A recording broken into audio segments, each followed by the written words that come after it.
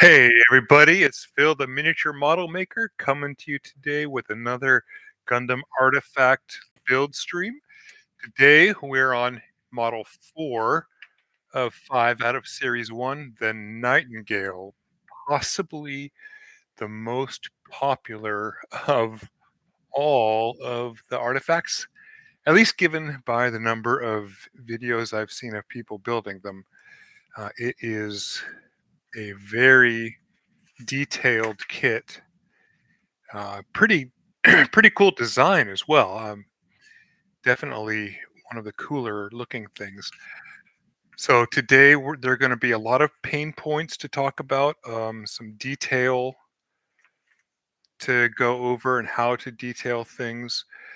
I was debating doing the clear red version, which I do have here still on sprue. However, it doesn't show up very well on the camera, and my clippers aren't quite good enough to clip out all of these bits at the angles that would be required and not damage the plastic.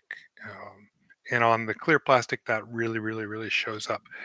So what I decided to do was take apart the one that I had built, the orange. Well, we'll just do this. Here we go. Here we are. The yellow one, and reassemble it. And I've got other parts here that I will show you as we come along. Um, but the thing on here that I did decide to glue the legs while assembling them, and there was a reason for doing that. The pulling up, let's get the instructions up here a little bit higher towards the camera. There are tons and tons and tons and tons of small pieces in this kit. Uh, 29, 41, 27. Yeah, it really, they would at high risk of falling off during assembly, and being so small, if they went on the floor, they could very easily get lost. So I did glue these together. And looking up underneath it, the way the leg is designed here is pretty easy to prime down in here and get all of this taken care of, and not really have to worry about having to take the foot assembly out and do the leg. This would be a fairly easy piece to paint on its own, using a hand brush and black primer or whatever color I choose to use down there. So that these are the parts that I did glue, with the exception of the toe.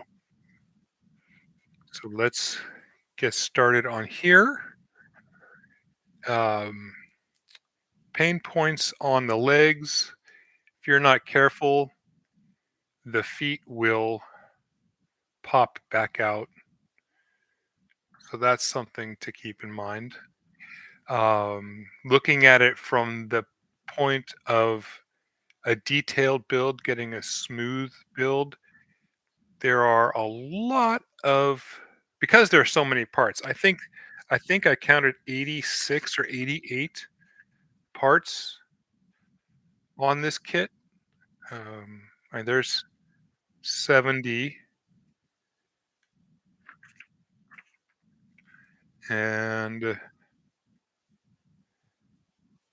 58. A lot of parts, and a lot of very small parts, and it coming on this. Well, let's look at the sprue. I suppose we can try that here.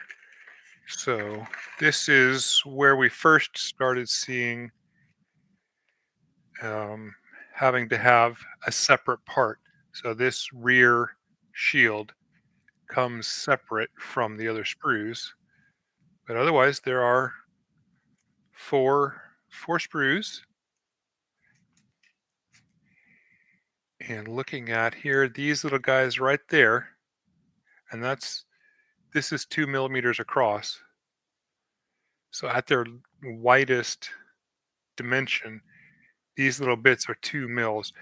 And all of these go up into the shoulder part that you then attach the missile bits to. Um, so definitely might want to consider taking this one really slow. And if you're going to be gluing, do your gluing and detailing as you build, um, which I will, might end up doing today since I don't have to cut anything out. But we will see. So again, feet and these little tiny bits here. Make sure that these are in the right orientation for all that. And you see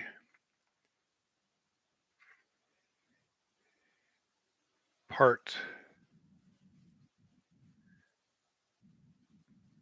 let's get the correct leg, and we are in the correct orientation. Okay, so part 27 is here. Part 41,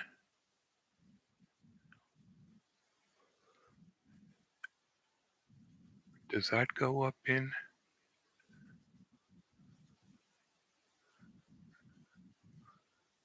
Oh, okay. Part 41 is this little guy right here. That um, joint joint bit. So that's going to need to go into your leg there, and then your thruster goes there. Um, and even taking a lot of time and care to fit these properly, there is a fair amount of mismatch. They fit together flush. So have been doing a lot of sanding and scraping and smoothing out of the pieces.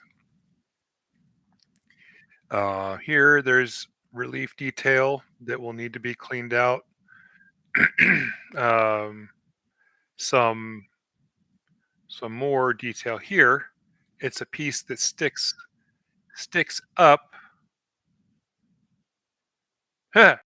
about zero point 0.15 mils off of that. So that's something to be careful of.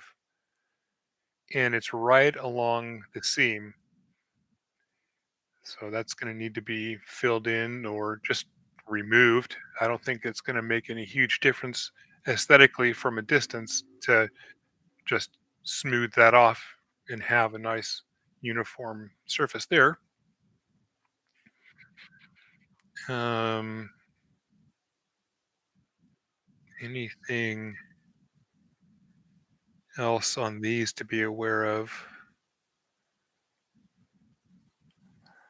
That's pretty much it.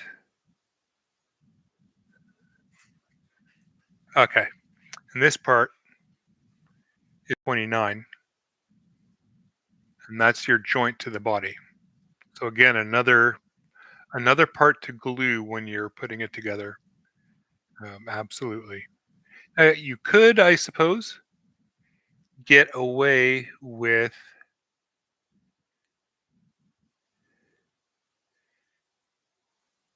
not putting these two parts 34 and 32, the outer shell on there first, doing any work, painting, priming, because they kind of fit over the leg a lot like the knee shin guards on the EXS. Excuse me, the Hainu. We did the Hainu yesterday. The Hainu did like these here. It's two halves that wrap around the leg. So that might be an area where you would want to take time and take care. But those are the leg assemblies done. I wish I had a camera that could show you the insane amount of 0.1, 0.15 thickness detail on these. It's absolutely insane how much there is. And this, I think, is probably going to be a model where I'm glad to have. Let's take a look. So here's the 1 millimeter spin blade. And yes, it just fits into some of these depressions if you want to deepen them even more. I've got a feeling, though, in some of these other parts, you're going to need the sub 1 mil size spin blades to get those details done. And I'll be drinking a bunch of water. Okay, now we're going to get onto the gun arm. So we'll pull the parts down here, move our instruction there. And here's, I guess these are thrusters. Kind of difficult to see. There's a thruster here, here, and here. And then a plastic bit that goes around all of them. I saw a gentleman do some really cool work with removing the shroud around here to make them look a bit more um, not independent, separate. So I'll probably end up doing that. And luckily, it's mostly just a small piece there. But I've got other things I need to do on these first before I go into trimming around those. Okay, so that's part 50, 58, part 64, the outer shroud. Again, another weirdly placed sprue. Sorry, I'm listening to Dad Life Gun. It's a fun. He's a fun to watch. He just did a live build last night. Was he talking about me?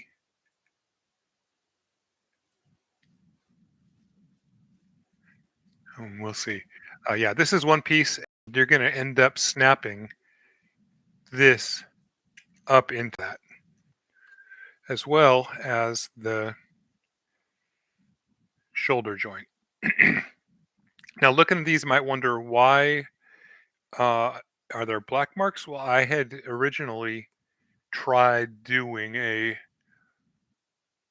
shade on them to see if I could get a good read on camera and just to have an idea of how much detail there is on here, because it's kind of hard for me to see some of the finer points with on stream or with the amount of light. And it got so much, I washed it off and am now.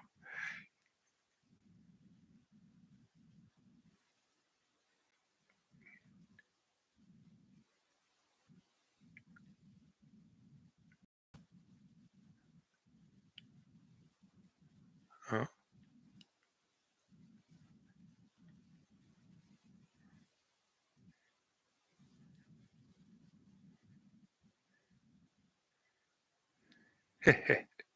Talking about somebody doing hand painting Warhammer and then into these Gundams there, Mr. Matt. Is he talking about me?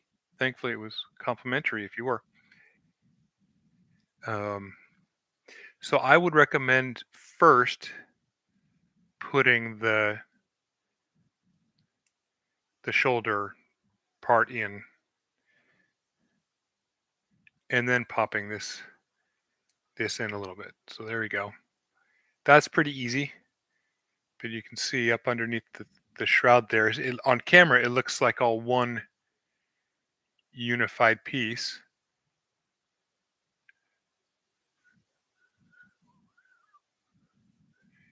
but there you can kind of see it there, and how to get the plastic from around these sections here, make it look just a little bit better, a little bit more detailed.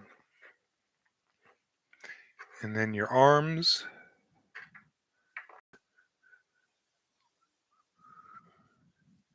Okay, again, doing our quick dry fit, getting the cat hair out of the way.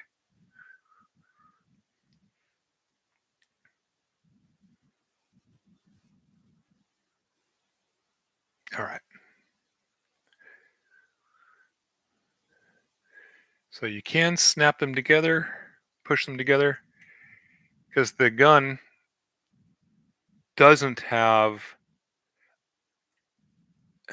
doesn't have a clip. I did shorten the peg a little bit to make it fit a little more easily, but this is a straight peg to go into the wrist section. And then you just plop the gun together. And there are no weird sections like on the EXS, not the EXS. I'm going to do that a lot. The high new where there's a peg that fits into a slot on the other side. This is just a straight up two part, easy peasy, and the hand is already on there. But my goodness, the amount of tiny little detail on here is ridiculous. Thankfully, it shows up pretty well, but you're probably going to want to widen some of these out, like 1, 2, 3, 4, 5, 6, 7, 8, and those are point 0.1 mil or 0.15. This is the 0.2 scribe on there. Yeah, that's a lot of stuff to improve before painting. All right, and there's that. And the hand just slots in like so.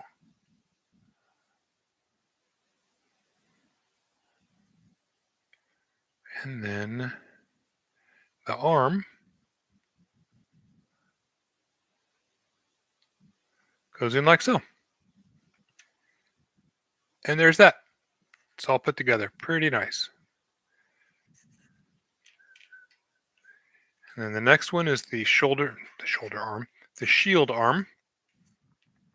So the first thing we'll look at is the shield here.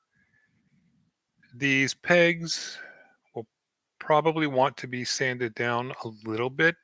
It fits fairly snugly, so you don't need to be doing much work to improve that. Nice and even, but definitely want to be doing any smoothing out because there are some mold lines in in there. Make sure you do that before you attach your shield.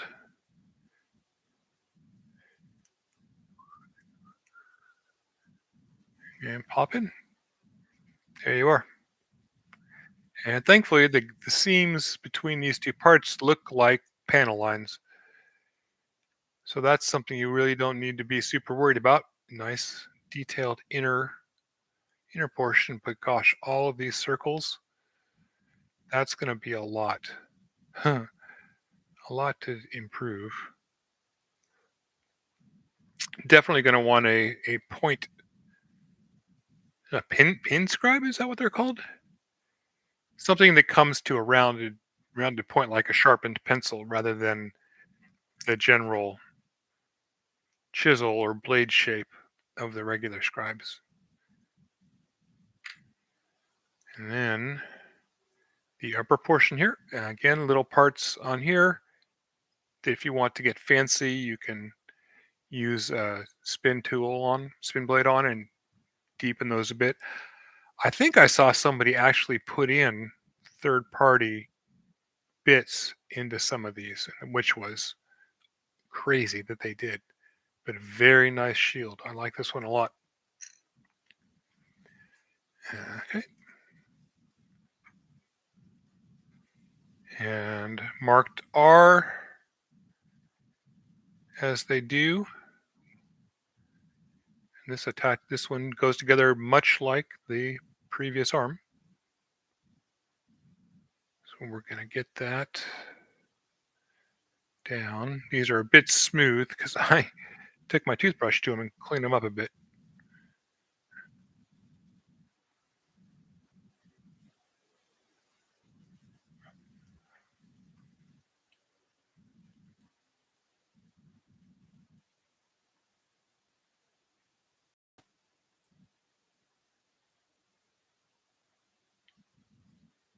I, sh- I shouldn't be listening to streams while doing this, but there. Yeah, so that part's done. Got a mold line here, mold line there. Lots of mold lines on this because it's so rounded and so detailed. It's impossible to not have interruption from the lines. So take your time on this kit.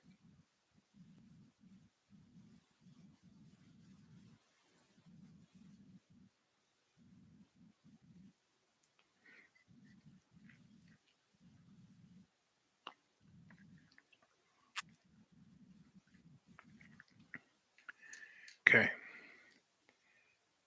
Now the hand.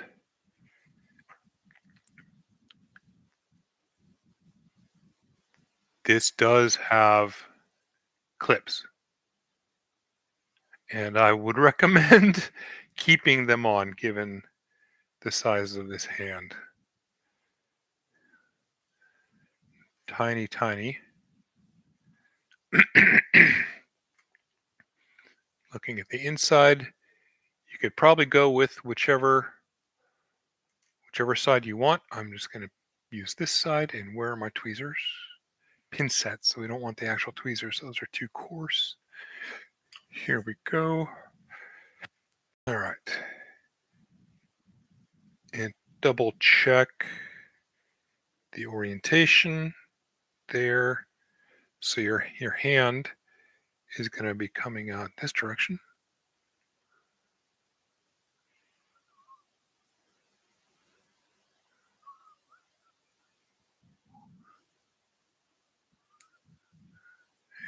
And since this is the outside of the arm,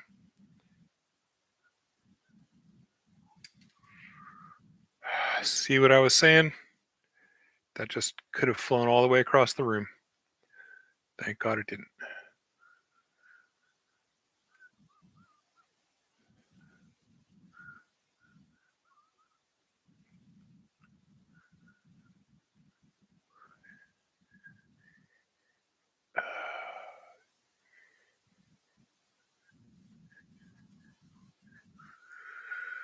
Oh my goodness. Okay. Let's look at this. All right. So this wrist has a flat edge.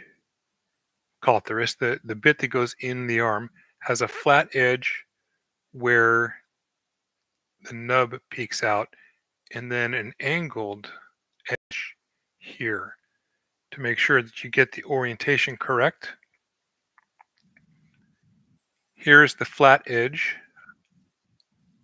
on this side, and here's the angled edge on the inner side. So I was just trying to put it in backwards.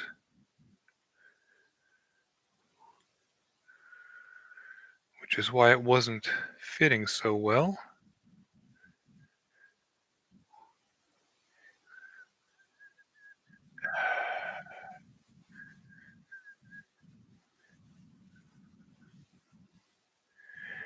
That's just rough. So we're going to try the other side.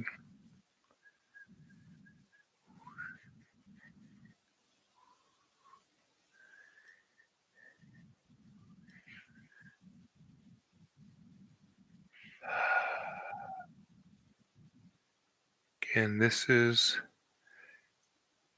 a really slow build. Take your time.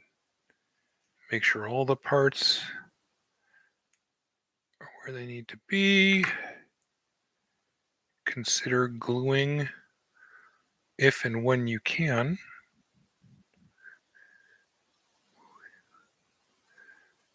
Now I'm kind of wishing I hadn't taken this armor apart.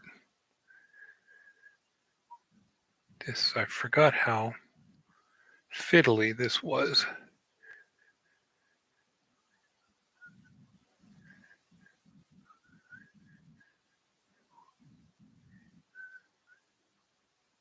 Will you just sit there and stay? Will I grab the other piece? No, you won't. Oh, golly. I really try not to curse on my streams. Not for lack of... Not for having anything against cursing. In normal life, I've got the mouth of a sailor. But on stream, this is semi-professional. And who knows? I may actually get viewers someday and want to be having a professional appearing channel where somebody might eventually want to sponsor. But I'll tell you, this part is going to make me go past that.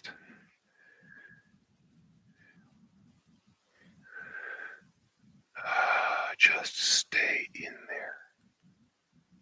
Please. Okay. All right. We've got it.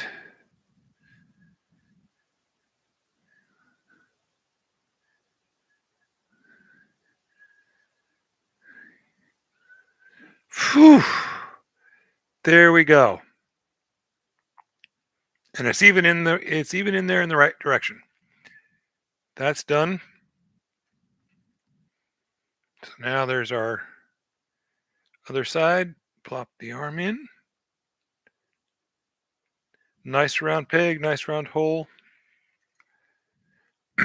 And then put our shield on. Wow, there we are. Look at that. Gosh, this is a beautiful kit.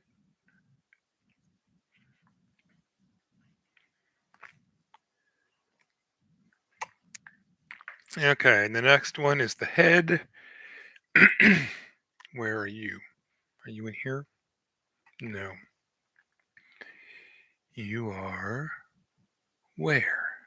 There you are. And this is what I am going to glue. So we're going to do a little bit of detail work now. Grab my sandpaper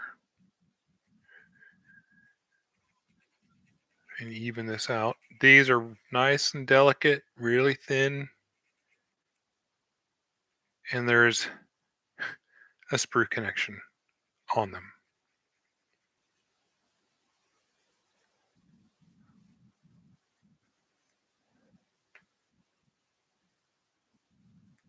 On there.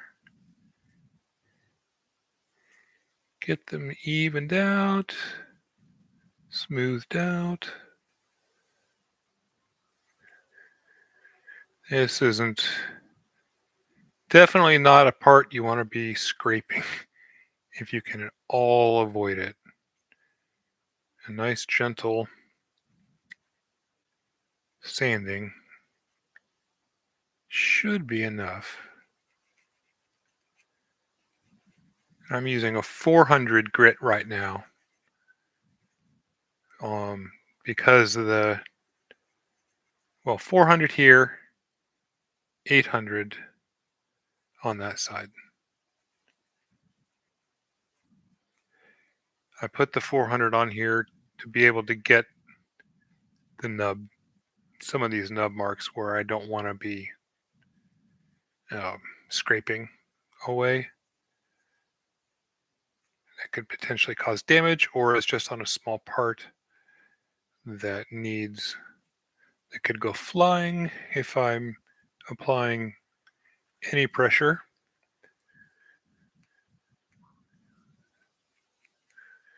like here.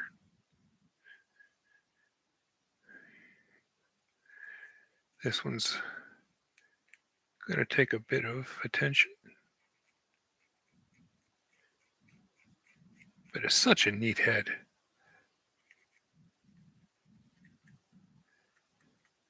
Now this is the fourth model of the entirety of Gundam Artifact product line right now.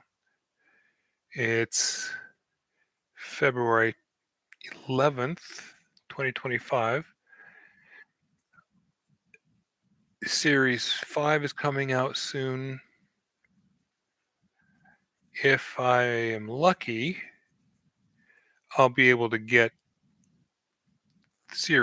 all the other ones done before it comes out. I don't think that's going to happen. It's not likely, but it might. But I was thinking, for those of you coming in and potentially seeing this before I have to make the decision, of doing what I would call 60-minute missions. We're taking these artifacts that I've built or assembled on stream, and then doing 1 hour segments as frequently as I can every day. Um, if I get the position at the university, eventually I'll be teaching evening classes.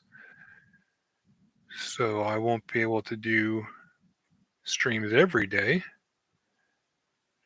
But at some point, you know, until then, um, I can. And doing evening streams an hour a day helps me stay awake and get adjusted to the different schedule, staying up later. So it's a perfect opportunity to document all of that. But 60-minute mission, would you be interested in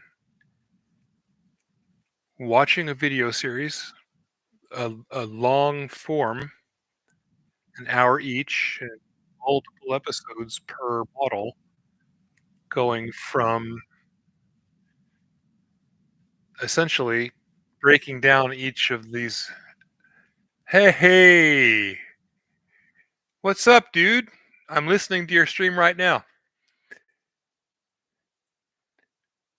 And I'm glad I looked up to think. So, heard about the position? No. When we had the interview, they were unsure about how they would want to do a second one with folks, and I think are kind of organizing themselves around that at the moment. It's been Tomorrow will be a week, and I being very busy university professors in February, they're probably getting close to doing midterms and things and have a lot of stuff going on. So I don't expect to hear back um, right away. If I don't hear back today, I'll follow up tomorrow after the week and see what they have to say. But in the interview, they said it might be a couple weeks before they get everybody put together, all the candidates together for a second interview. Or if there are no other candidates, just organize their time to have me come in. Because they mentioned possibly having people go in and do live demonstrations of how they would teach and everything, which I think is a valid point. I think they have, professors when I was in school and they came in and Renew, they gave a lecture, so we all got to see their teaching style.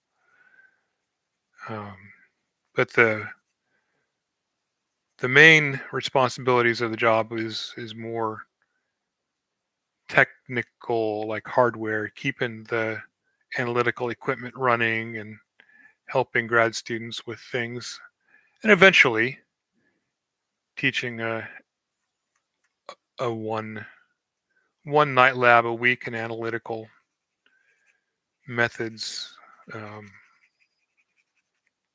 analytical methods class. It's at the agriculture, the crop and soil science department at the university nearby. And I guess as part of their curriculum, they don't. I didn't look. They don't require the students to take chemistry or anything, which sounds kind of. I don't know. I'd have to look into the course catalog for the undergrads and stuff.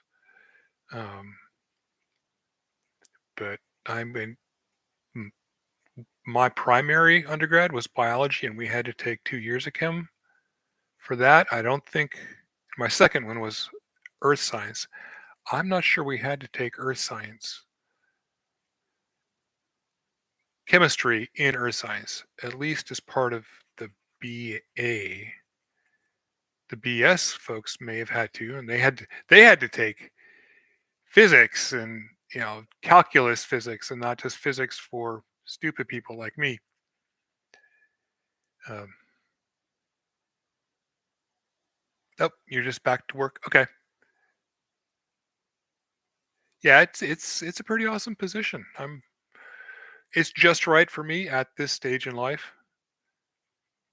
I would very much love to be back in an educational setting and not just working as fast and hard as I can to make somebody else money.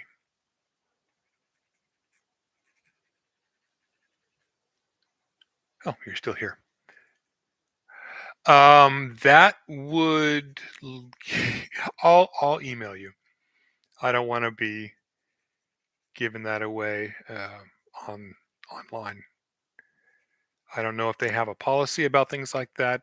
Plus, the location would give give more information away than I would care to let random people have access to.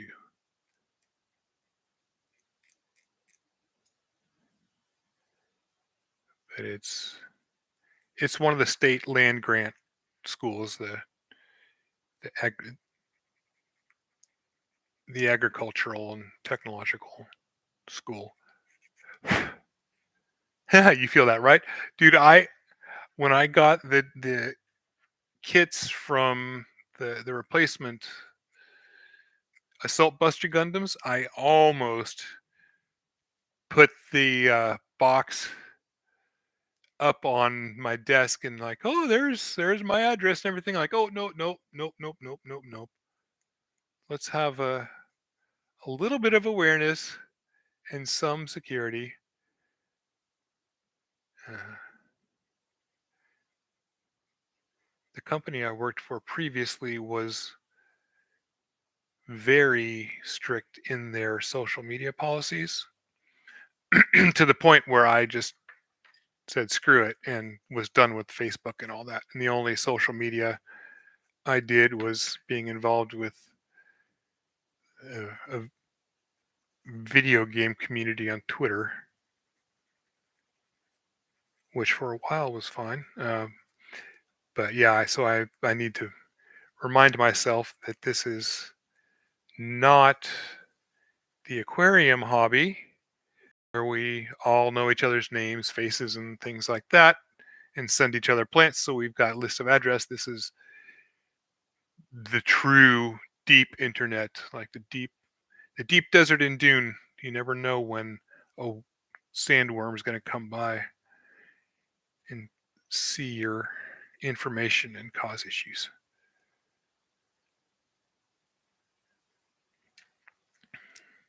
Okay. Unfortunately, from the sound of your accent, I think I'm not anywhere near to you. It would be a full day drive. All right. So getting back to this, I think we're about ready to glue the face on the head. Anything? Okay. So it's going to be very hard to see here. I'll see what I can do. 2 pegs. This is the peg the part fits onto, and this is essentially the lower jaw of the head. So be careful, take a look while you can, and take care of any little nitpicky details. But it looks like there are details even molded into this.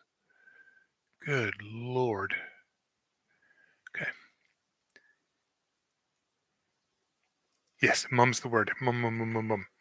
Wouldn't want to be called a nerd and shoved in a locker, right? That would just be bad. Okay.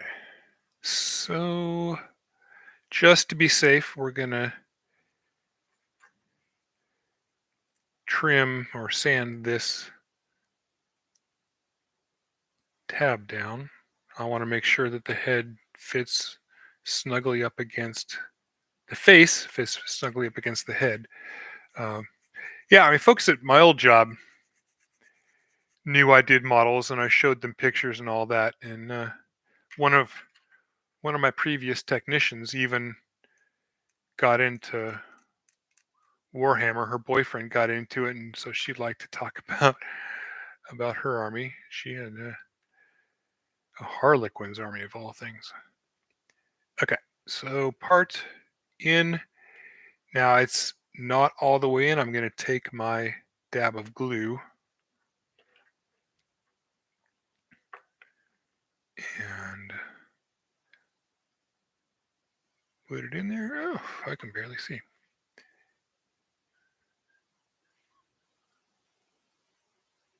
There we are. And then snap. I'm not pushing too hard because I don't want that little splooge of plastic and glue to come out the the joint. That would just be too much to clean. And there we go. The head is assembled. Very nice. That's done. So we finished there. Okay. The shoulder assemblies here. This is where it gets really intense. Um, Even with regular tweezers, just the connection, the pinch point there was too big to deal with it. The pincettes, or if you have another set like this and grind down the tip of your regular tweezers or something to would be helpful. All right, looking at the instructions, you've got part 18, 4/18s. They go in there with the long edge downward. So if it's like an L shape, this edge is going to go down. So the tab on the other side sticks up through here that you will then attach whatever these are to. Missiles, I think. Right on. I have an MG Blanche in my office, but right, no one comes in the office. Exactly. Um, so that's that on here. Now each of these, which are parts in this one, 5, 7, 6, 8. They have a specific arrangement. So pay attention to where each of these parts go because they're molded to fit in the location that they are. And there's a tab on one side that faces inward towards the middle. So this is not a piece that you want to just go click, click, click, click, click, get all your parts off and not know the numbers of them. I did that thinking they were all kind of the same, and it really screwed up. So definitely pay attention to where you are. I see the diagram there. The tabs go towards the middle. And glue these in. Once you get them in, just glue them. Even if you don't want to glue these up here, glue these. Because if this pops off and that comes out, you're stuck with the piece inside your shield because you're going to have a part here and it'll rattle around and you'll have to take the whole thing apart to be able to get to it. So again, if these are your part 18s, they look like this. There's the peg that goes on the outside. Here's the longer edge. And this is the edge of the shield. You want it like that. And this is where these are going to attach to. Yeah, this was a right pain in the butt to build because I didn't have pin sets at the time. And I was trying to use fingers and my tweezers and even my various things to get, if I got it aligned just right, I could be like, push, plop, glue. So there you go. That's that. And then you've got your 26, 24, 25 here. I don't believe they have a super specific orientation. We're going to find out. I hope they don't. Here's the underside of the shield. Look at that detail. I mean, it's insane.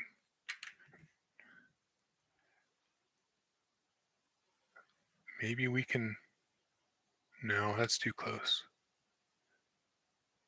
Yeah, but there are bolts here and nuts and everything along the inside of that. It's just absolutely incredible. Pain points on this part, not really. There aren't too many. The mold line runs along the edge, so that's fairly easy to trim down.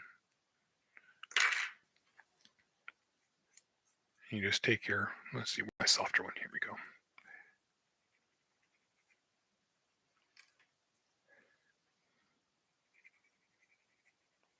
Just even it out. If you are going to scribe, I would do it now before you get it into the shield. Just make it a little bit easier.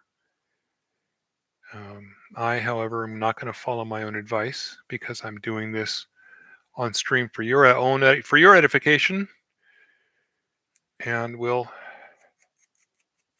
have to take it apart again beforehand. Again, seam line there, not seam line, mold line. Easy fix. This is the point that's going to go up into the body, so it's not a huge worry. But the theme of this channel is no detail is too nitpicky to not do. So we could just boop, boop, boop, boop, boop. There we are. Do a little bit of sanding while I've got it out. Yeah, it is. I didn't show it to you when it was built. Here, while I've got somebody here, how does that read on screen? You you want to buy Candy Apple Red, the collector's edition version of the Nightingale off me? Mm-hmm. Or maybe trade it for one of your HG backlog. Say, look, honey, I got rid of a model in my backlog. And you can just hide this up your shirt. Yeah, I don't know. I don't know what I'm gonna do with some of these colored ones, man. Like when I would it's would love to have them. Thankfully, this I got the 10-piece box on this one. Sounds like chicken nuggets. But the other ones, like this, my Series 2, it's only the individual, so there's no duplicates on there. And the one that I want the most out of here, the one I like the most, the Zaku 3, of course, is the clear version. So it's going to make it a pain to assemble, and I have to paint over the clear version. But that's minor, and we're getting distracted here. All right, so we've got our part 4R, and now we're looking at our thrusters, and these thrusters are really good. They've sculpted on the inside here and have that nice um, hole, so they look like a proper thruster, unlike some of the other ones in the other kits that are just like this piece that are mostly filled in. That's a really, really good little bit. Okay, looking at this piece here, is there anything of note? Mold lines, really, but is generally positive. And looking at the, oh, wait, okay. So it's hard, I'm not gonna be able to see it. I can barely see it. There is an angle cut off one side of this. Like you can't even see it on the screen. So there's the connection point, and this has one little angle, which means it fits into this one here. Nope, they're upside down. They're going outwards. Oh boy. She wouldn't believe. Yeah, I know. Thankfully, my lovely wife doesn't track any of that or worry about any of that. But let's see here. Golly. Okay.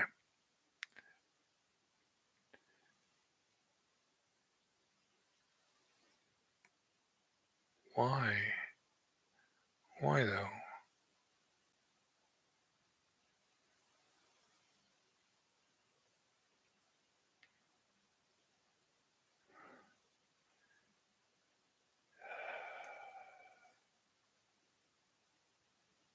Just I gotta kind of hold my breath while doing this.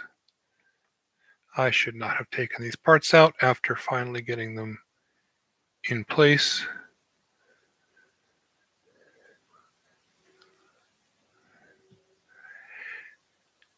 This is, everybody, this is definitely a do it right the first time kit. Okay, and there are angles. That's why. Okay. It's been a while since I've assembled this. So two of these parts, their little tab is at an angle, and one of them is not. So the two parts that are angled and have a cut go on the sides, here and here. And if you're like me and didn't pay attention to what you were doing,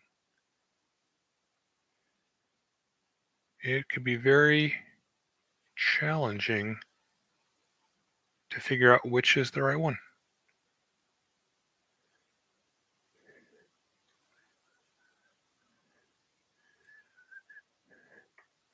So, dude, what's your next build gonna be?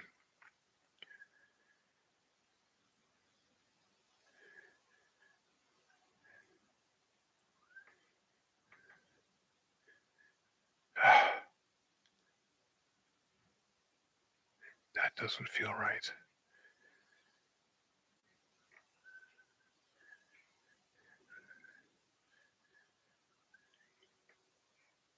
Oh gosh. And I don't think I have a delay. I'm wondering if I do. Okay. All right. Here. So there's the angle cut.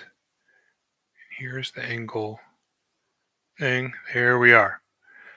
Okay. Finally figured that out.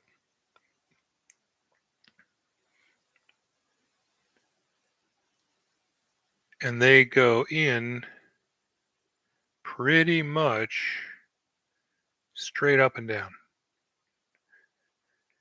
The parts don't actually go into the slot at an angle. They're essentially just straight up and down. Here we are.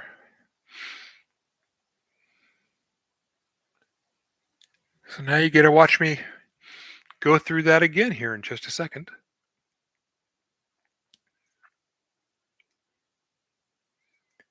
And while I've got this,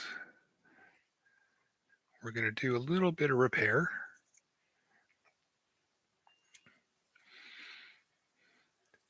So I hate to sound elitist on the internet, because we all know anybody making any sort of comment about, oh, you really should have such and such an expensive piece of equipment when building your kits gets tarred and feathered. But on these artifacts, having a flat edge clipper of a higher quality, closer to a God hand type thing, will make your life a whole lot easier, simply because of the way the part connects to the sprue. In the yesterday's stream, the high new, I may have showed that a bit, but if this is the sprue, a lot of these parts go right up to it. There may be a tenth of a millimeter of gate. It's not like a scale model kit where there's a fair amount of gate to be able to get your clippers in. These guys go right up to it. And in this case, it damaged the plastic. There are a lot of places on this kit that got damaged because I don't have the optimal tool for that thing. Use the right tool for the job. Well, I don't have the right tool. So now I'm having to go back and fix errors. Thankfully, I kind of like doing this, but a lot of people don't. And if you're the MG Barbados or HG, what's the G Gundam? Which one's that? I know the Barbados this winter. Barbados. There you go. I'll pronounce it properly. G Gundam, that's your favorite kung fu mecca, right? I've been researching this series more to learn where these things come from. And yeah, after hearing the some of the Witch from Mercury stuff looks pretty good, but I'm with you. I like the grunt suits, especially the Xeon ones. These these big fancy. You can have your Federation suits. I'll take my Xeon ones, and we can fight. We can one of these years. I'll make it up your way, and we can have a fight with our kids. I'll bring them all. We can play a game. There. So that's pretty much repaired. Not 100%, but it's good enough. And again, because I'm not gluing these right away, I'm not spending all the time I would to do the detail. Oh yeah, here you go. I'll toss this idea by you. Maybe you might not have been in stream when I mentioned it. Um, so what I've been doing, and it seems to be working out fairly well as far as the camera is concerned, is just doing the builds.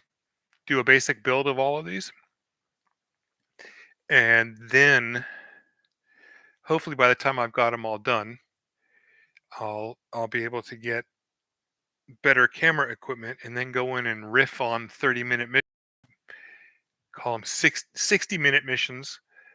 I would do an hour per episode and go through and detail everything. The take, for example, whoop, whoop, whoop, whoop, whoop. Damn, now the parts are coming off.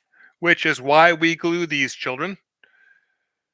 We glue our Gundams because when you touch them, they can fall apart. Is that the right way? That's the right way. Forget it. But like this guy built yesterday, I would fully disassemble it and go through the entire process of cleaning up, gluing, detailing, priming, painting, everything an hour at a time, and see how long it takes to go through the entire process from start to finish. Um, which I think would be kind of neat. I'm jealous of you guys doing the scale size. How do I fix the damage? Like you would on a regular size kit. Like if you've got a little divot where you accidentally cut something out, or like up here, you can. There we are. Like here.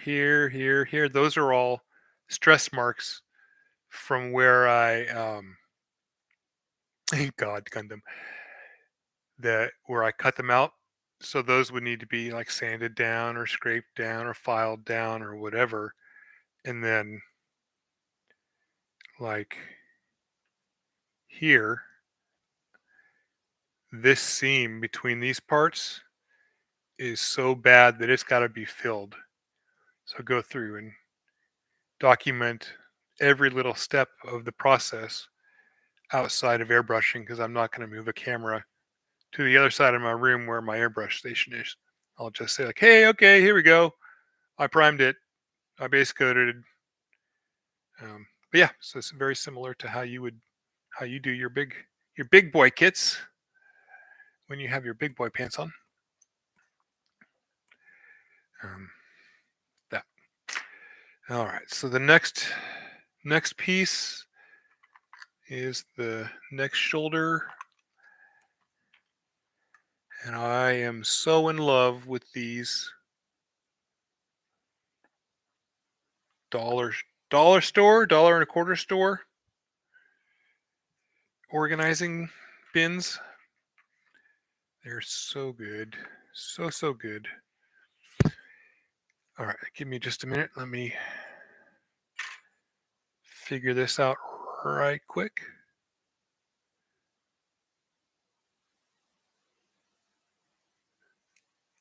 Are you that one?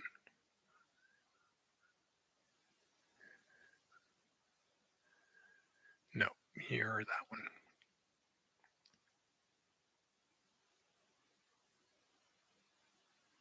No, you're not. You're that one. All right. Angle and cut. That goes here. Okay, so like I said, it's just going straight down, in, and again, straight down and in. And all right, so here's another example of, I'll show you how I would repair this. There's a divot from the sprue here. Thankfully, this is an easy fix. I just use a slightly coarse, I think 400. I'm amazed that I'm actually using a 400 on this. Um, I generally don't like to use such coarse stuff, but a file would be even worse. So, filed that down, basic, and I've got a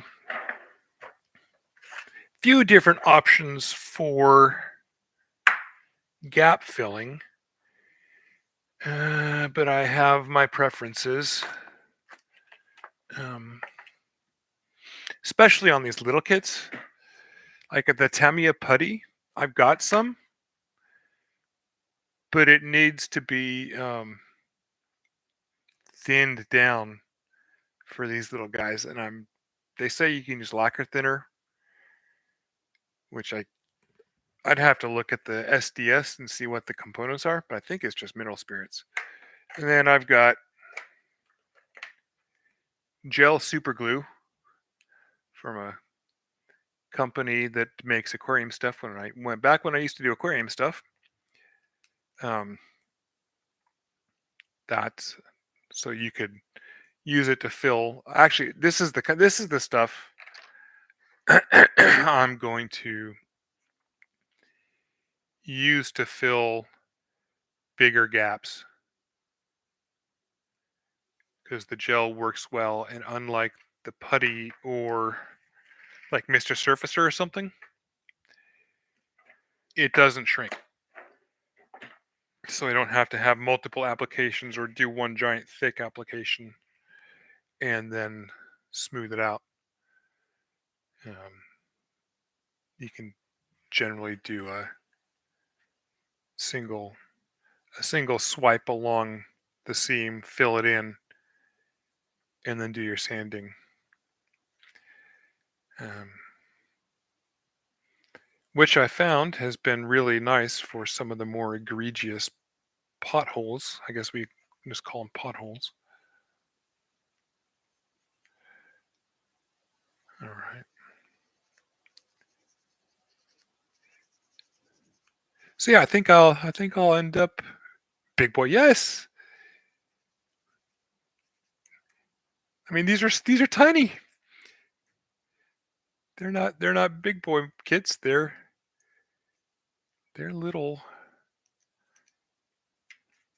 little chimkins to your rooster.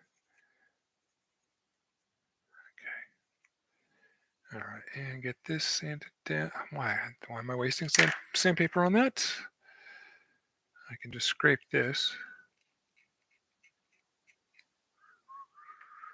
I wonder how many people are going to come in the future and see me scraping these things as aggressively as I do and just freak out. Like, what the hell are you doing? Scraping your Gundam? Like, dude, you don't even know. All right, so there's a part here. I have to do a little bit of light surgery.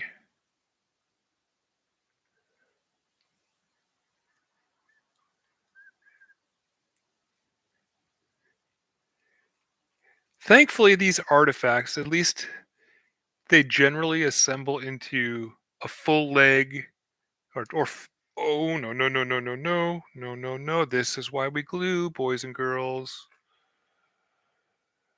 Okay, this part is now loose, so I'm gonna put it back in there so I don't lose it. All right, with that done, pop it in, and that's a really snug fit. So that part is done. We now have both of our legs, both of our arms, our head, and both of our shoulders, shoulder cowlings, maybe. Would that be the right word for it? And so far, the only artifact I've seen with a 2-page instruction manual. We're getting all fancy up in this place, boy. Oh yeah. So, anyways, I was talking about gap fillers. Sprue goo. Um, you can use extra thin cement, or you can get their. I don't know if you've seen the videos for it or not, but the jug of Tamiya's airbrush thinner. Um, the extra thin cement is it's 2 ingredients: acetone and uh, butyl acetate. I think an organic solvent. Um, this is like 50-50, and their airbrush thinner is 51 acetate, 49 acetone. So like they're essentially the same thing, but it comes in a much larger container for much cheaper. So if you buy a couple of these, you get your nice glass jars, and you can just take sprue, put the plastic in there, and this is one reason I keep sprues around. Pop it in, and you just spread it to fill gaps. I'm sure you've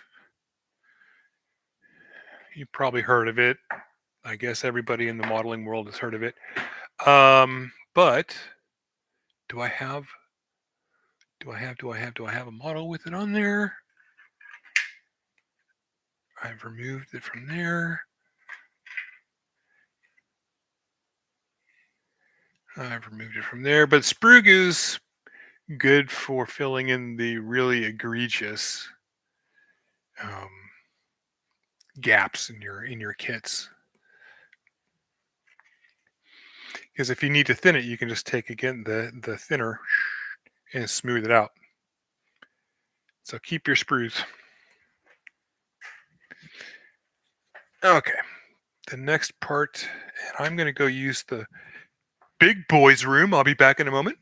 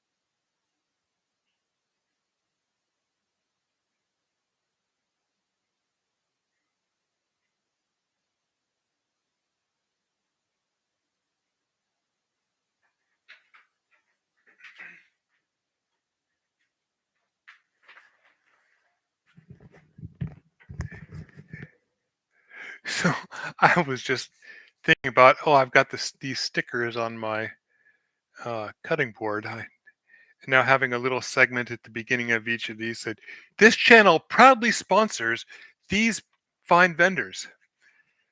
Yes, I give them my money and they give me product, as we all do with businesses. Okay, so now we have the rear cowling. This is that big fat butt flap that this lovely thing has. And we've got that piece there, this piece here, and this piece here, and this, and this. All right, so looking at these guys, there are two of them,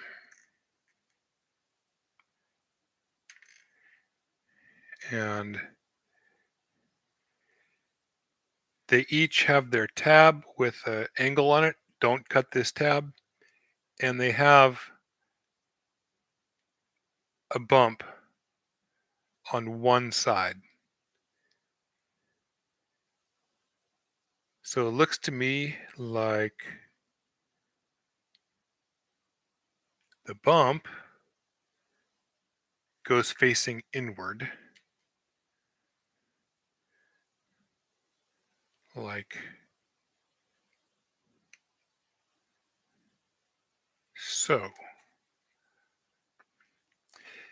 Pain points on these parts,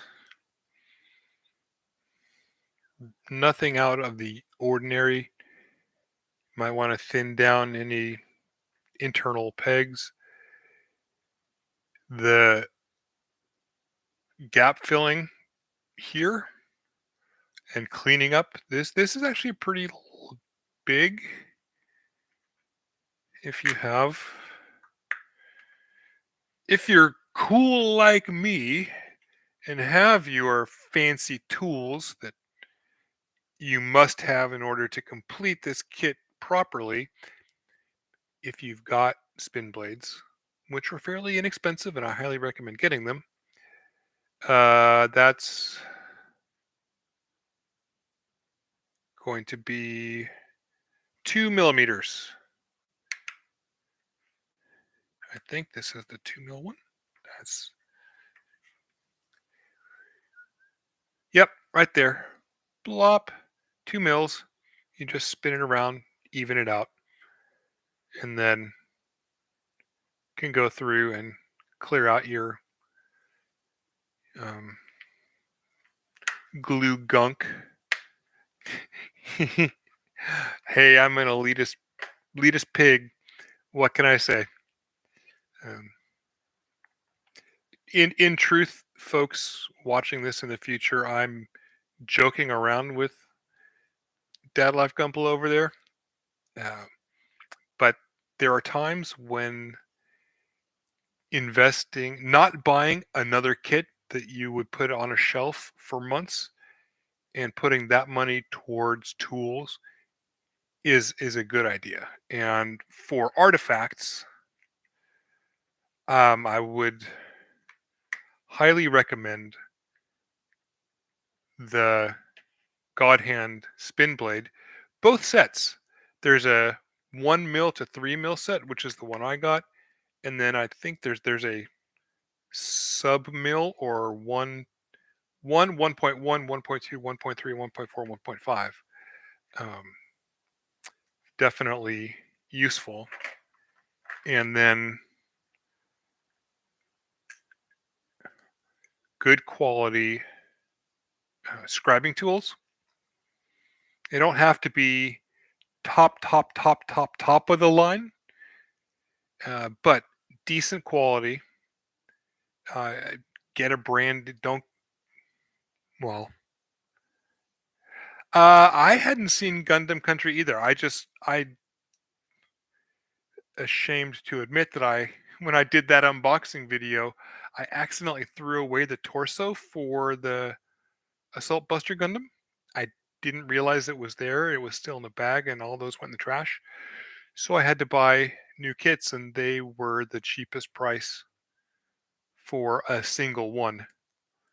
Um, and they sent one, two, three stickers because it looks like one of their people there is also a an artist. Um, but yeah, so I was like, okay, I'm gonna put a little bit of decoration on there, and they sent a very nice thank you letter with the purchase. So getting back to tools, scribing tools. These are the MadWorks ones. I don't I don't have any particular bias towards or against them. I found out about them because they did a bunch of um, artifact videos, and their scribing tools are a high quality for the price.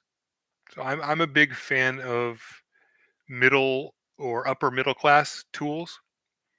We don't have to buy the Lexus version of everything when the Toyota version will do. Get the get the best tool you can afford and treat it well, and it will last you a lifetime. Um, these are really so. I've got a point 0.1, a point 0.15, and a point 0.2 scribing tool. But then also, I'm going to kind of contradict myself there. This was the $15 Dualiwo special from Amazon. They're not particularly high quality. However, they have other attributes which make them a useful tool in circumstances, and they're fantastic for my Games Workshop kits. Um, so those are the tools I would recommend. Get best if you can. Get Godhand nippers, just if you can. Um, those spin blades, a good set of scribing tools. A lot of the details on these are 1.5 mils. Some are 0.15 mils. Some are zero point 0.1 mils, and a few others are the zero point 0.2 mils. So those are pretty much all I need. Um, Plus the round tip one to get the circular bits, and then whatever type of hobby knife and pincets, again, really useful for that. Um, you can get away with thicker tip things, but having the fine tip stuff really does help. And then to these two here, I've really fallen in love with the chisel blade for cleanup. I don't really use it for cutting, but I use it a lot for cleaning up these flat panels. And now you've got me talking about all this equipment stuff that I really should just do a video on and describe why I think they're useful for artifacts and taking up all this time. You get me talking, mister. Okay, let's get back to the deal. All right, so our yet more thrusters have angled tabs on them. So these are parts 48 and 47. And the tab, I believe, yeah, it goes up and down. So the part, well, it's easy. If the tab goes in there, you want to be putting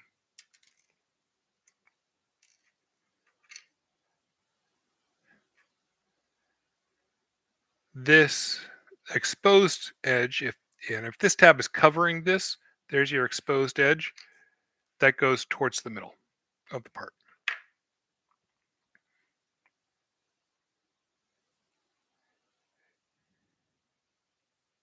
There we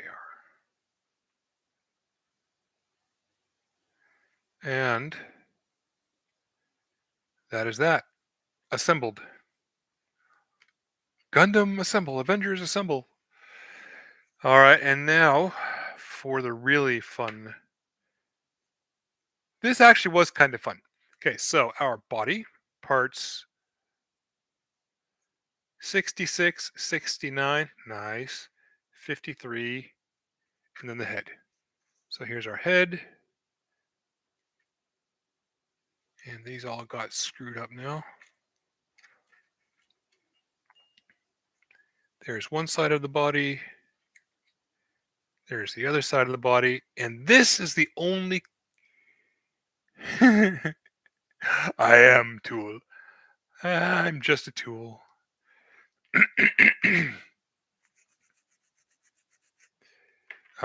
There we go. This is the only artifact I've seen that's had a separate cockpit part, which has its own level of. And I am forever in appreciation of this. So yeah, while I've got you, and in yesterday's stream, I joked that you and I should try doing a stream where you don't talk about color separation and articulation, and I don't gush about detail and enhancing detail outside of having to explain it as part of the build. I think that would be a very quiet stream from both of us if we did that. And I even, when I was building this guy the other day, I almost, before I glued it in place, I almost did a recording video. God, the color separation on this is shit, but the articulation is great because the arms and legs all moved and everything.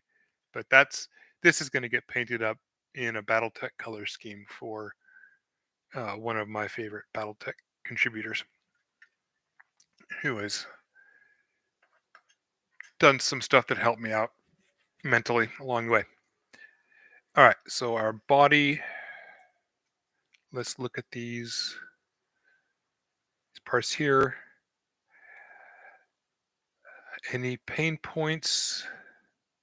This fits together fairly well, I think. But like any of these, it never hurts to sand these down a bit. And I did, I believe, just slightly, on some of these, sand them down. Now the question is, what goes in first, the chicken or the egg? And it looks like we're going to be putting the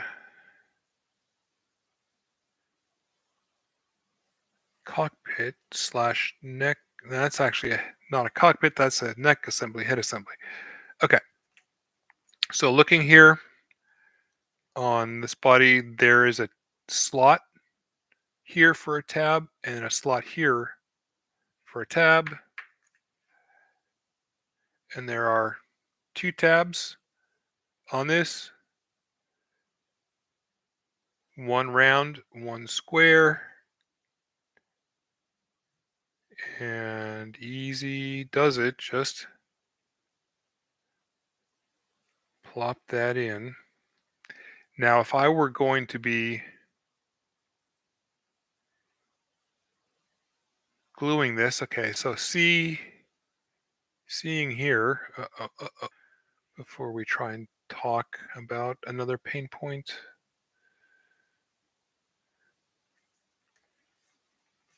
And put our knife blade facing the other direction. That's what I'm good at. I know, right? I am too.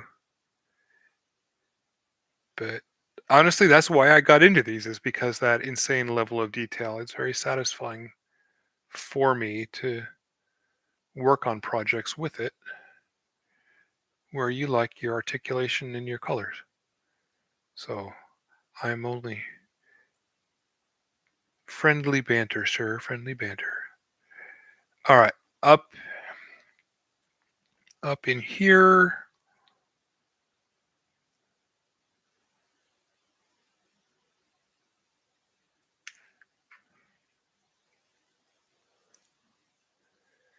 We may not have to worry.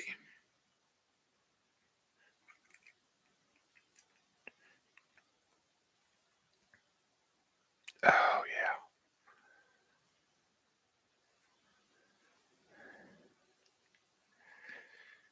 Because this goes down here. Okay. Um, there is up underneath here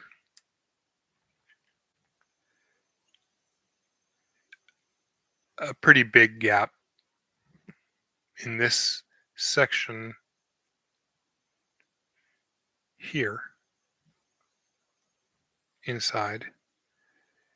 And there are two lovely gaps along the edge here.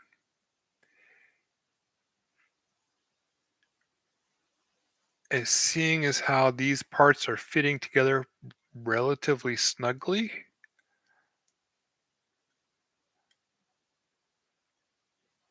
I'm not sure of the best way to go about fixing these if they're even something that needs to be fixed.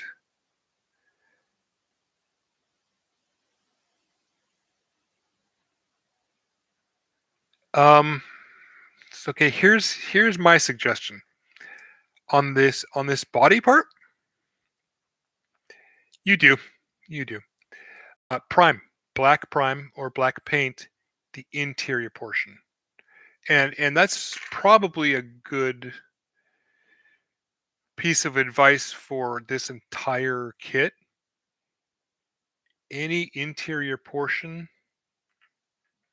including the interior portion of these leg shrouds, because they go there, prime them black, spray paint them, airbrush them, dry brush them, whatever, before you assemble it. That way, you've got your interior shadow that is nice and even, and it looks like it's intended to be that way rather than just some random gap that you forgot to fill up and deal with. But this is somewhat uneven. So this detail part here is slightly off kilter,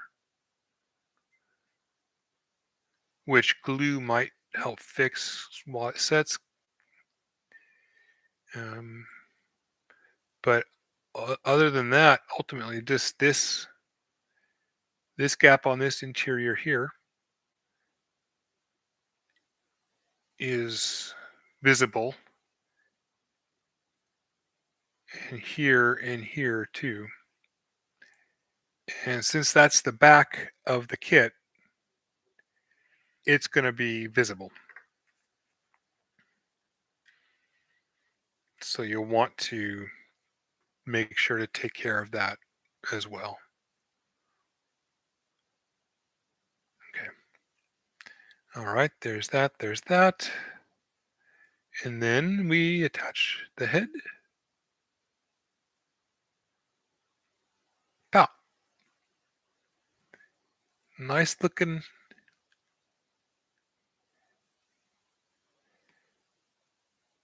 That's what I'm good at, was actually directed at getting people talking behind. You know, I got a job because I'm pretty good at that. It was, when I was teaching English over in Japan, that was apparently one of the traits they were looking for. Because I generally don't like talking a lot in public or when there's a group of strangers around, I facilitate other people talking so I don't have to. And it was a good trait for them. So, yay, win there. Okay. All right. So here we go. Here's a pain point I just saw. this socket here and this socket here are the homes for parts. So do your any repairs to this section here before you go any further. Otherwise, you're going to end up getting things in the way and not be able to access this. And also, this is a really good individual piece to paint. Like I was talking earlier, they generally break down into leg, leg, arm, arm, body. Um, and this one just happens to have other individual pieces. But this is the best part separation you're going to get on this kit. There you go. Just clip it, paint your leg, paint your body, and this and all that. So that's each individual step. Oh gosh, now okay. This step here, part 65, 70, 70. Looks like 70 is the part count for this kit. Can you believe this little thing has 70 pieces to it? It blows my mind. Okay, now we have 2 extra pieces, and I'm going to pull one out and keep the other in. So here's an example. It's going to go back into the container until I'm ready to glue. This is either part 21 or 14. I'm not sure which.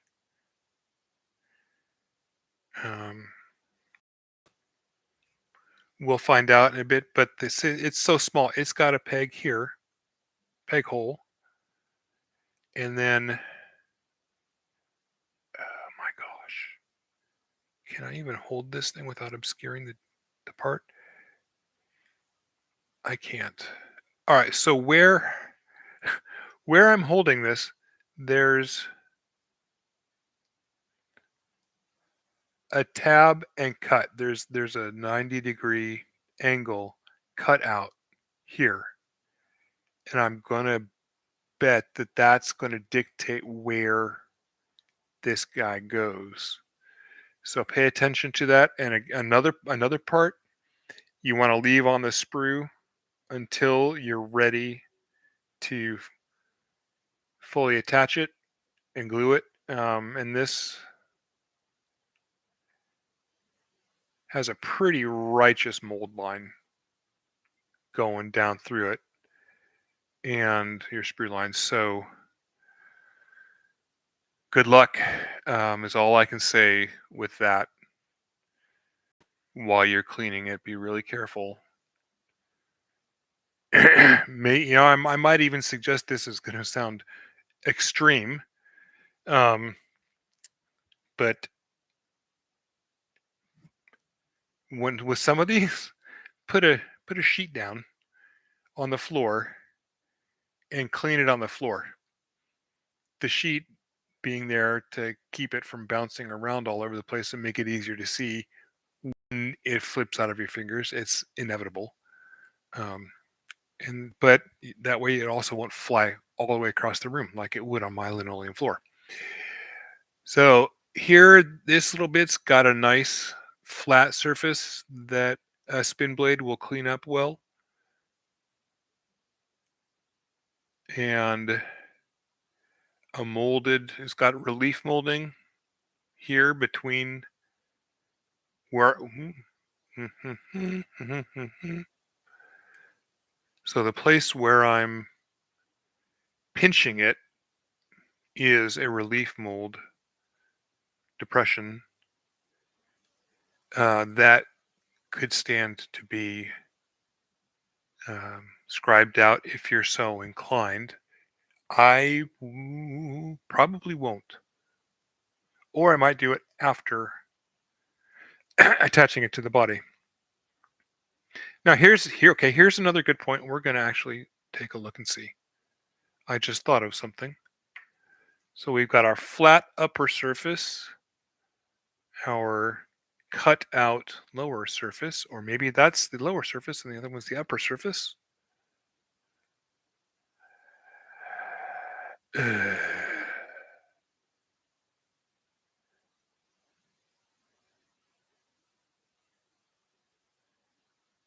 that how that works?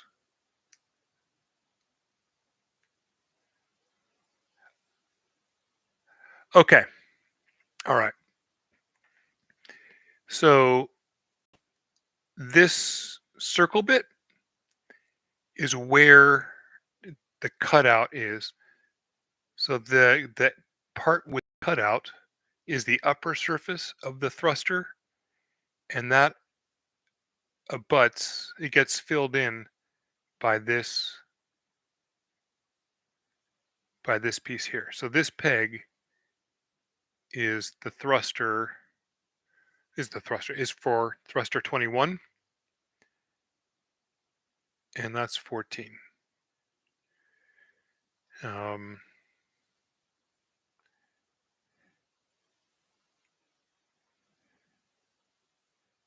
I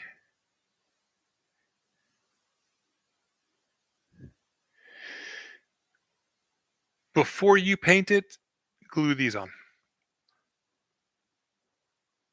It's not it's not hard if you're spray painting or airbrushing. Um, yeah, definitely attach that part before you paint.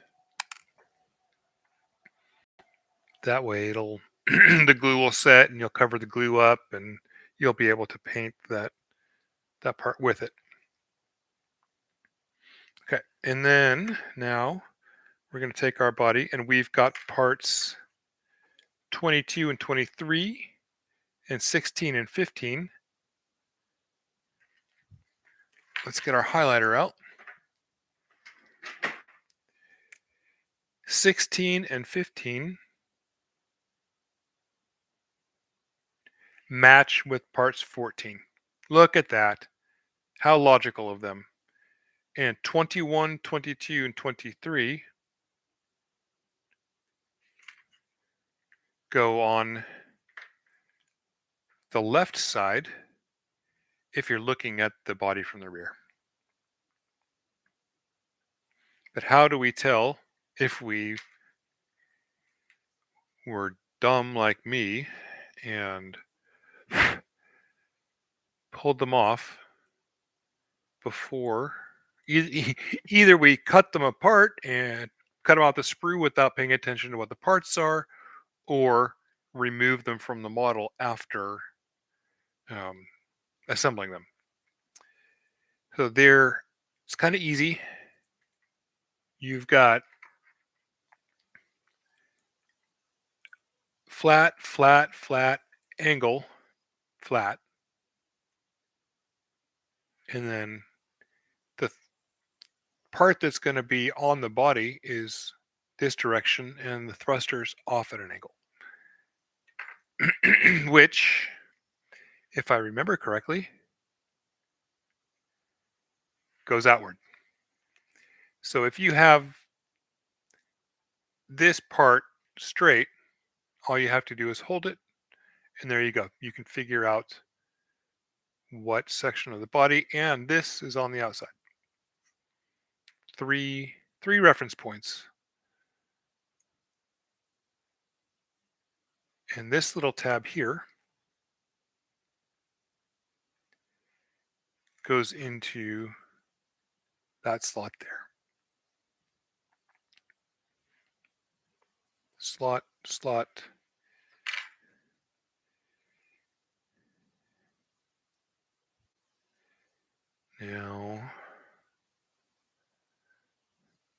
Now's where we get to the little bit of a tricky part. Okay, so you see what well, let's just put this in. Make an even better example. Here we go. Okay, so this is what I was talking about when I said do any detail work up here in this back end before or putting the other parts in, because this is going to get in the way of all sorts of things. And pain point here, assembly. Let's get this fully assembled first. All right, and then we've got parts 60 and 63.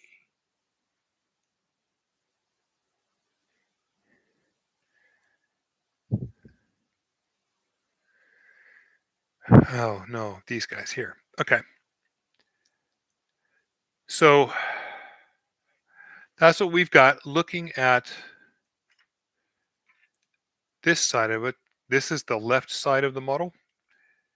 There's the cutout in your rectangle here.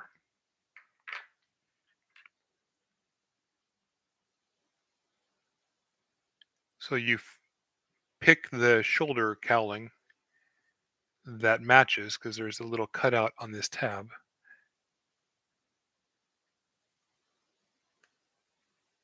And that's what holds the part in, the shoulder. So we're putting these in slightly out of order so I don't have to keep holding them. But that's that generally. I bet you if you wanted to get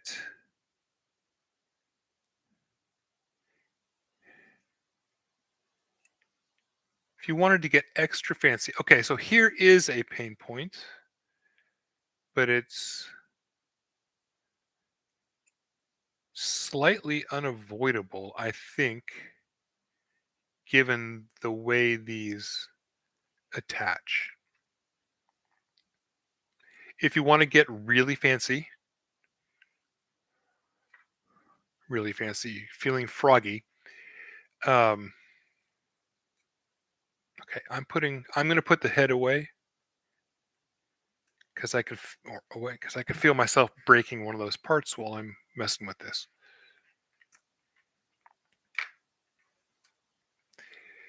You could cut this little tab off. Is that showing? This little tab right there. The part that goes into the torso. And then glue it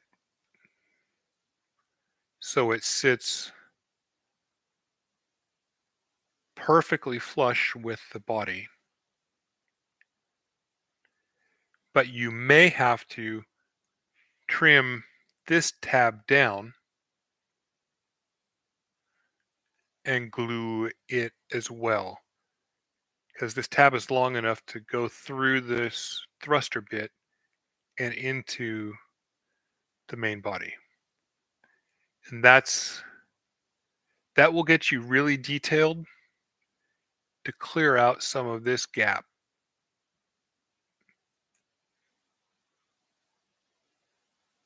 Because with as detailed as this kit is, any gap like that just screams out to me with as much effort as they've put into the rest of this kit. Okay, so that's done. Now we're here, 60 and 63. Ha ha. Okay. Now, assembly order.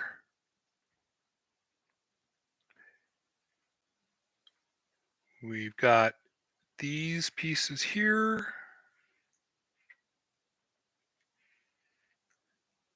And these here. And then the legs. So let's talk about these parts here. So when I was showing you the shoulder, when I was talking about the shoulder thrusters and how you can cut out some of that extra plastic between the individual thrusters, they sculpted this piece that way. There are spaces between. So this is one individual piece.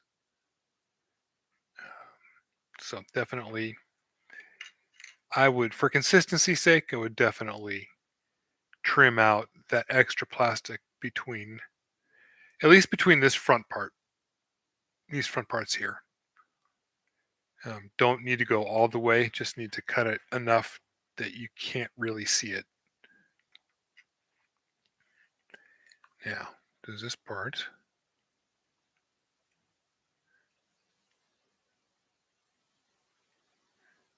All right, if we put these guys on first, of course we can't put the legs in.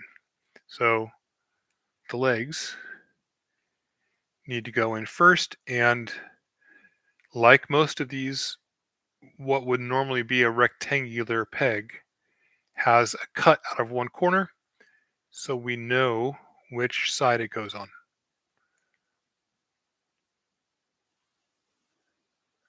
And at what orientation. There we are. There we are. And these legs don't stick terribly well. They'll come out easily. So a glue point on there, even if you're not intending to glue the rest of this, I would suggest gluing these just to make sure that they're not shattering. They're not hand grenades, I think is what you call them, right? Use glue to prevent hand grenades. Only glue can prevent hand grenades. Now we're going to put these in.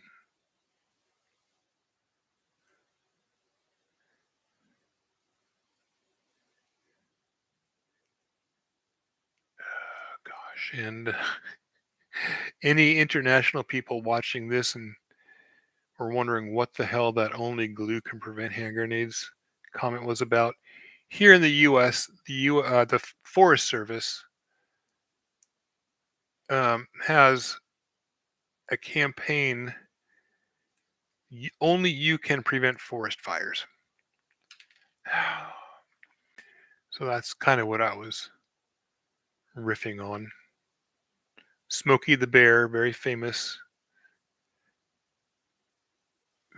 ad campaign. Mascot is, I mean, so much probably it's even the mascot now, because that campaign's been going on since probably before I was born. So that would be at some point in the 70s.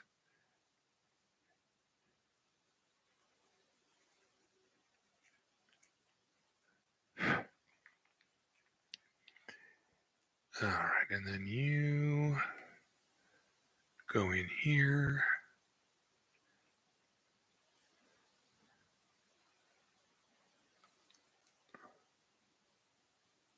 Can we do this? Here we are. Bingo, bango. And the same thing. Okay, so these guys, their peg is flat on the bottom and rounded on top, kind of like a D. And there are no